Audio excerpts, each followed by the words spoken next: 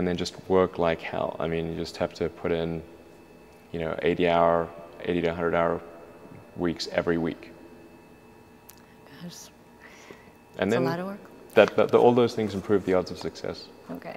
I mean, if other people are putting in 40-hour work weeks and you're putting in 100-hour work weeks, then even if you're doing the same thing, you know that in 1 year you will achieve what they achieve. You will achieve in 4 months what it takes them a year to achieve.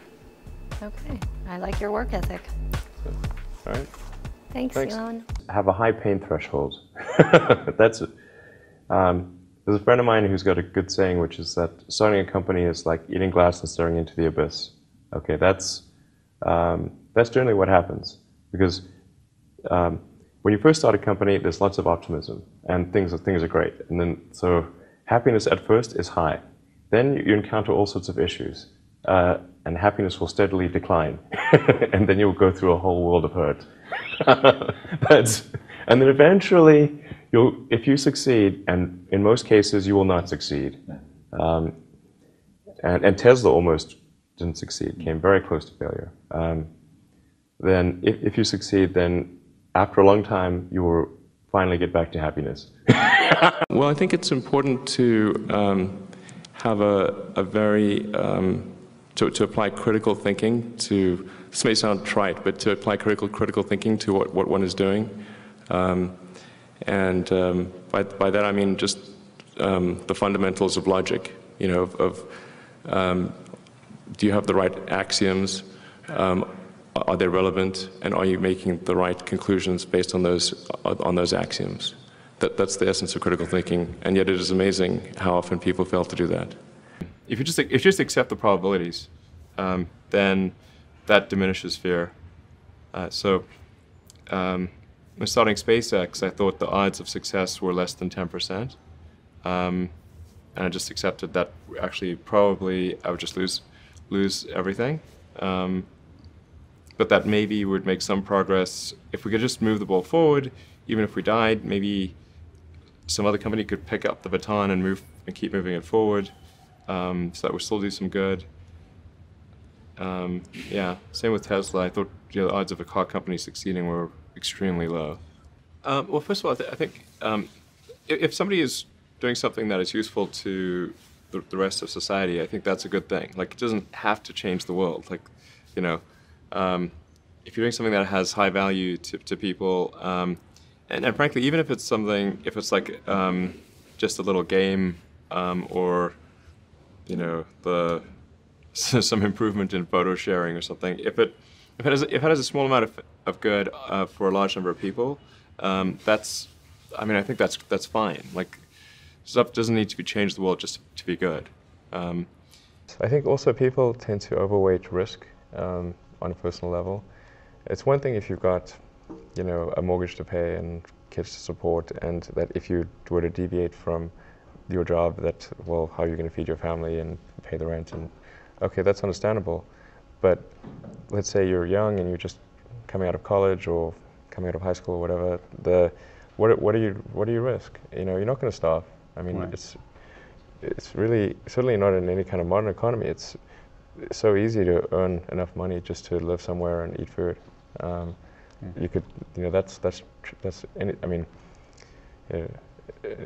very easy to do. So I don't know what are they afraid of? They're mostly afraid of failure, I think, but people should be less risk averse when there's not much at risk. I think too is you've got to make sure that whatever you're doing is a great product or service. It has to be really great. And I go back to what I was saying earlier, where if you're a new company, unless it's like some new industry or new market that, if it's an untapped market, then you have more ability to. The standard is lower for your product or service. But if you're entering anything where there's an existing marketplace against large entrenched competitors, then your product or service needs to be much better than theirs. It can't be a little bit better, because then you put yourself in the shoes of the consumer, and they say, why would you buy it as a consumer? You're always going to buy the trusted brand unless there's a big difference. So a lot of times, you know, an entrepreneur will come up with something which is only slightly better. And it's not, it can't just be slightly better. It's got to be a lot better. If you're creating a company or if you're joining a company, the most important thing is to attract great people. So either join a group that's amazing, that you really respect, or if you're building a company, you've got to gather great people. I mean, all a company is a group of people that have gathered together to create a product or service. And so depending upon how talented and hardworking that group is, and the degree to which they are focused cohesively in a good direction, that will determine the success of the company. So do everything you can to gather great people if you're creating a company. Constantly seek criticism. Yeah.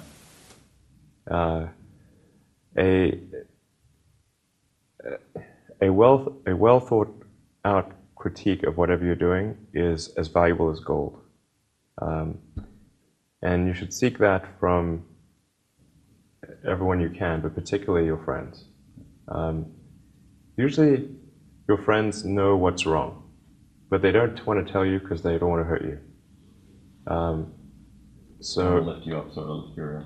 Yeah. So they'll say, "Oh, I want to encourage my friend, so I'm not going to tell him what I think is wrong with this product." Yeah. It doesn't mean your friends are right, but very often they are right, and you at least want to listen very carefully to what they say. And to everyone, if you're looking for, basically, you should take the approach that you're wrong. That you, the entrepreneur, are wrong. Your goal is to be less wrong. People who've been in the rocketry business for decades, who say about you that you don't know what you don't know. Well, I suppose that's true of anyone. How can anyone know what they don't know? But when critics say you can't do this, your answer to them is, we've done it. You know, there are American heroes who don't like this idea. Neil Armstrong, 𝐁𝐮𝐬𝐢𝐳 have both testified against commercial spaceflight and the way that you're developing it, and I wonder what you think of that. I was very sad to see that, because those guys are, those guys are heroes of mine, so it's really tough. I wish they would come and visit and see the hardware that we're doing here. And I think that would change their mind. They inspired you to do this, didn't they? Yes. And to see them casting stones in your direction. It's difficult. Did you expect them to cheer you on? Certainly hoping they would. What are you trying to prove to them? What I'm trying to do is to make a significant difference in spaceflight and help make spaceflight accessible to almost anyone. And I would hope for as much support in that direction as we can receive.